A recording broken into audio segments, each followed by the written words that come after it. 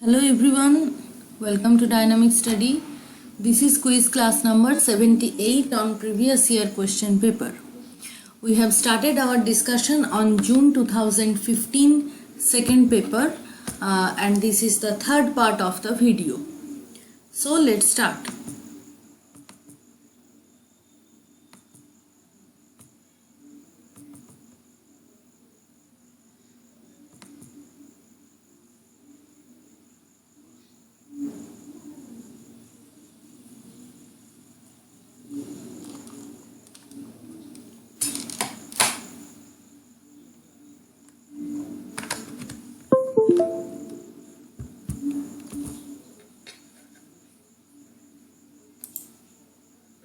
Question number 21.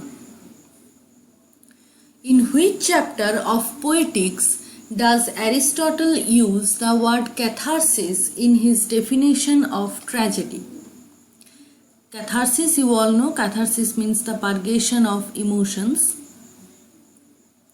And Aristotle talked about catharsis as an important element in tragedy. So in which chapter does he talk about this concept? Chapter 4, chapter 6, chapter 3 or chapter 5?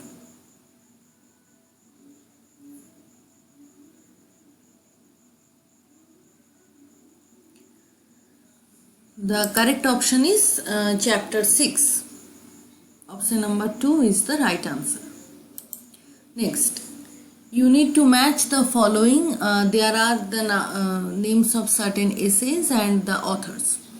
So the essays are the function of criticism, the function of criticism at the present time, the function of criticism from the spectator to post-structuralism, and the function of English at the present time.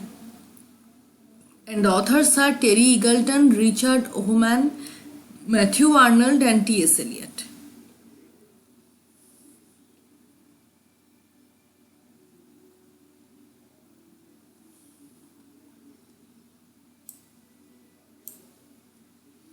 So the correct answer is option number A is correctly matched with option number 4. That means the function of criticism is written by T.S. Eliot. The function of criticism at the present time is written by Matthew Arnold. The function of criticism from the spectator to post-structuralism is written by Terry Eagleton. And the function of English at the present time is an essay by Richard Oman. Okay, so the titles are almost the same. Please don't get confused. Try to remember each and every title exactly. Okay. We move on to question number 23. Which of the following options is true regarding Utopia? Utopia by Thomas More. Option 1, Utopia is divided into 4 parts. Option 2, it is divided into 2 parts. The first part records a conversation between Thomas More and Raphael Hythlode, and the second part is about Hythlode's discourse on the practices in Utopia. Option number 3, it is divided into 2 parts. The second one records a conversation between More and Hythlode, and the first is Hythlode's discourse on the practices in Utopia. And option number 4, it is divided into 4 parts, each dealing with the patterns of towns and cities in Antwerp. So which of the following option is correct?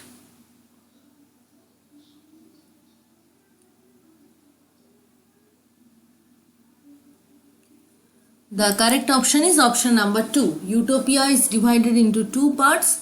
The first part talks about a conversation between Raphael Hythlode and the writer himself, Thomas More, and in the second part Hythlode talks about all the practices, customs, rituals in Utopia.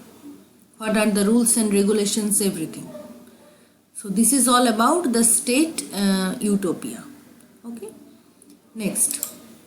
In the Rime of the Ancient Mariner, which disaster befalls the ship and the crew? Rime of the Ancient Mariner, you all know, this is a famous poem by S.T. Coleridge, and this poem is included in the lyrical ballads. It is the first poem of the lyrical ballads. Okay. So there are four options. Option 1, the ship is caught in ice and breaks into pieces. Option 2, a fierce storm batters the ship and drowns the crew. Option 3, slimy things with legs attack the ship and kill the crew. And option 4, the ship is becalmed and the crew dies in thirst.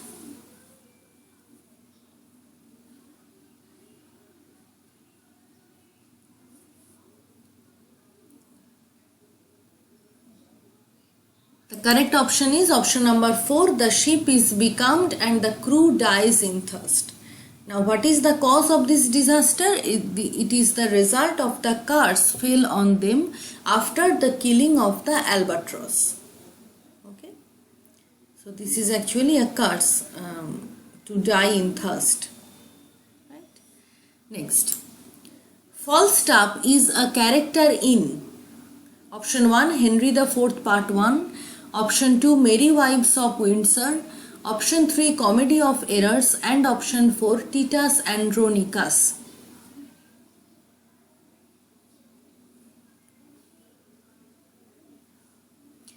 The correct option is option number both 1 and 2, Henry IV Part 1 and Merry Wives of Windsor. Who is Falstaff? Falstaff is actually a companion to young Prince Hal in the first play.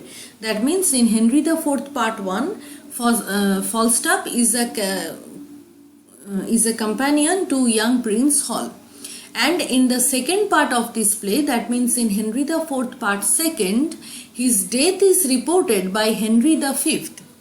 So it is reported that Falstaff has already died, but later in Merry Wives of Windsor we find a reappearance of Falstaff, in which Falstaff is associated with Queen Elizabeth, and Queen Elizabeth wishes to see him in love. So his death is reported in Henry IV second part, but he later reappears in Merry Wives of Windsor. Okay, next.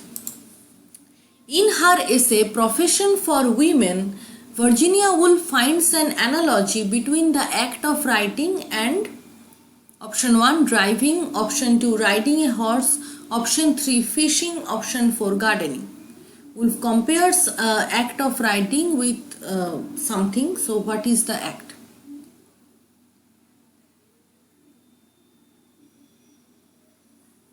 The correct option is option number 3, fishing.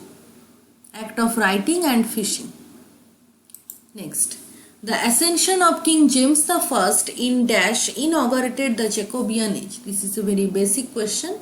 Option 1, 1600, option 2, 1601, option 3, 1603, and option 4, 1607. So which is the correct option?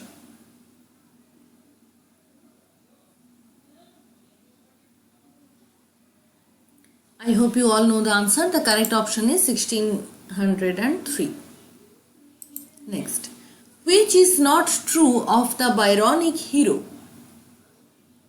Which of the following is not a characteristic of Byronic hero? Option 1, moody, option 2, passionate, option 3, repentant, and option 4, remorse torn.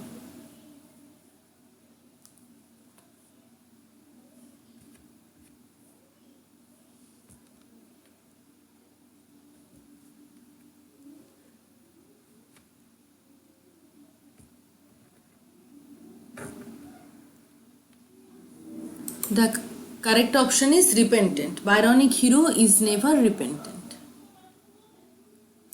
Next. In respect of Hardy's use of language variation, which one is correct? Option 1, Tess and Jude always speak in local dialects as per their social positions.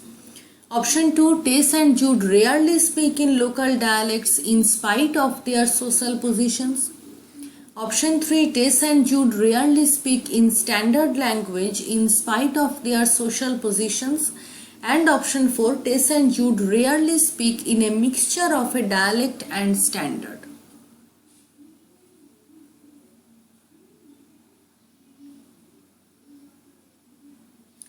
The correct option is option number 2. Tess and Jude rarely speak in local dialects in spite of their social positions. Next, it used to be said everyone had a novel in them. Just now, though in 1999, what everyone has in them these days is not a novel but a memoir. This is a famous quotation by whom? Option 1 Martin Amis, option 2 Michael Butter, option 3 John Fowles, and option 4 Julian Barnes.